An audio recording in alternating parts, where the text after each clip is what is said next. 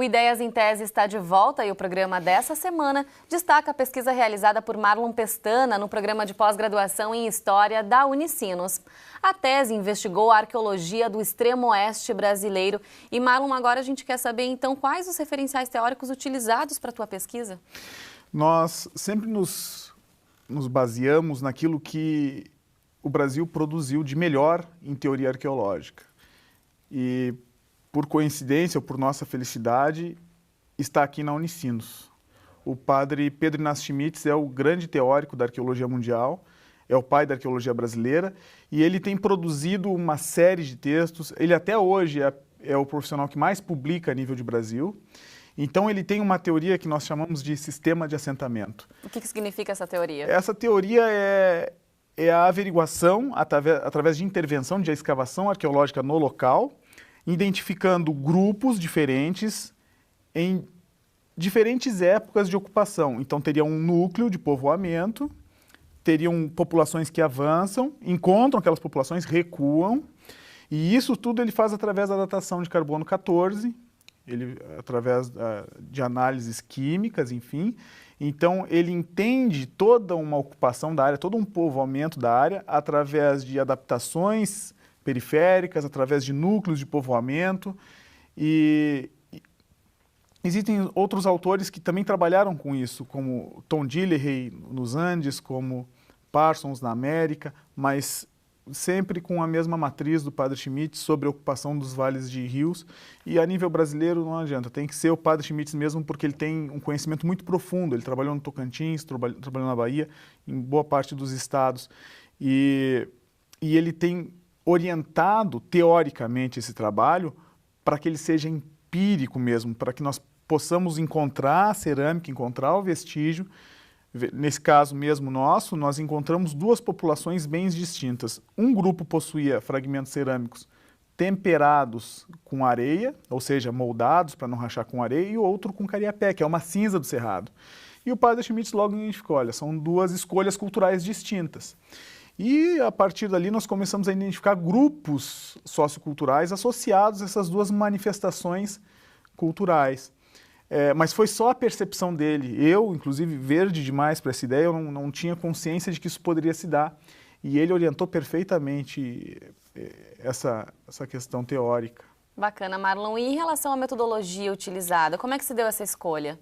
Essa escolha é uma escolha que vem comigo desde a época do Pedro Augusto Mendes Ribeiro, desde a minha época de graduação. A cada sítio arqueológico que nós visitamos, a cada aldeia abandonada por esses indígenas, nós aplicamos duas linhas entrecruzadas de poços teste, que são buracos no solo. Aplicamos 5 sondagens, que são janelas de 1 por 1, cortes estratigráficos de 1 por 1, e aplicamos uma área de escavação ampla. Sempre a mesma metodologia para todos os sítios. Pode ser um sítio grande, pequeno, mas é sempre a mesma metodologia. E essa padronização na metodologia é que permitiu que posteriormente nós olhássemos os dados e dissesse, olha, aqui aconteceu isso, esse sítio é desse tamanho. Se não fosse uma metodologia sistematizada e padronizada para todos os sítios, uma aplicação séria e rigorosa, nesses 34 sítios que nós escavamos no Médio Vale do Rio Jauru, não se teria condições de chegar aos resultados que nós chegamos. Como é que vocês se organizaram para fazer essa pesquisa, então, essa ida a campo? Isso, em primeiro lugar, foi lá nos idos de 2005, 2008, foi um investimento da iniciativa privada para licenciamento ambiental. Depois, infelizmente, o apoio à pesquisa científica em ciências humanas não é muito valorizado. O pessoal simplesmente não, porque não tem vínculos tecnológicos, enfim.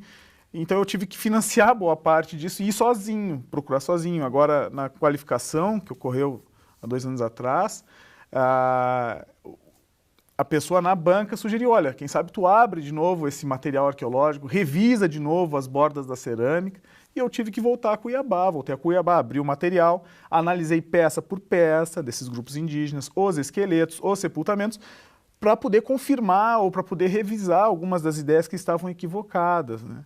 Então eu tive que procurar...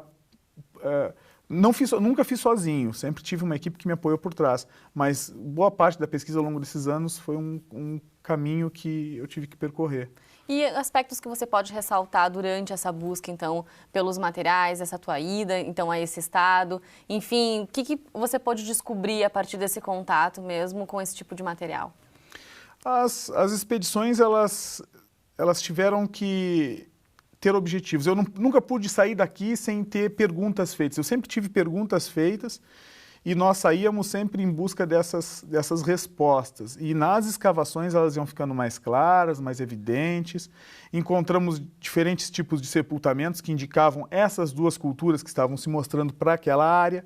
Então, as questões tinham que ser sempre postas antes e lá serem feitas mais questões para que em nova etapa de campo se pudessem ser respondidas. E teve questões assim que atrapalharam vocês? A questão até mesmo do clima, por exemplo?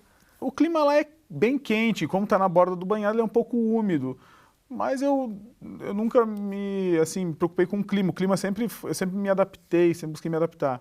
O complicado é o mato lá, é um mato muito fechado, é um cerradão muito grosso, então, por exemplo, a abertura de sendas de picada na mata é ilegal, então eu e o pessoal, os auxiliares de campo, nós tínhamos que entrar no mato, então às vezes tinham árvores ocadas, muita abelha, muito inseto, animais peçonhentos. E outra parte era pastagem, os pecuaristas, então gado brabo, aquelas coisas, o Nelore, mas a comunidade sempre apoiou, sempre ajudou, usamos barcos da comunidade. A comunidade sempre estava interessada que esse material surtisse algum efeito da pesquisa desse material.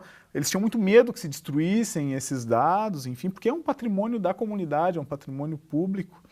E eles viam os esqueletos e viam a cerâmica indígena, então eles acabavam se atraindo muito por isso. E sem o apoio da comunidade a gente não teria conseguido fazer nada. Com certeza. Bom, no próximo bloco, Ideias em Tese traz então os resultados da pesquisa realizada por Marlon Pestana, nosso entrevistado de hoje. A gente já volta?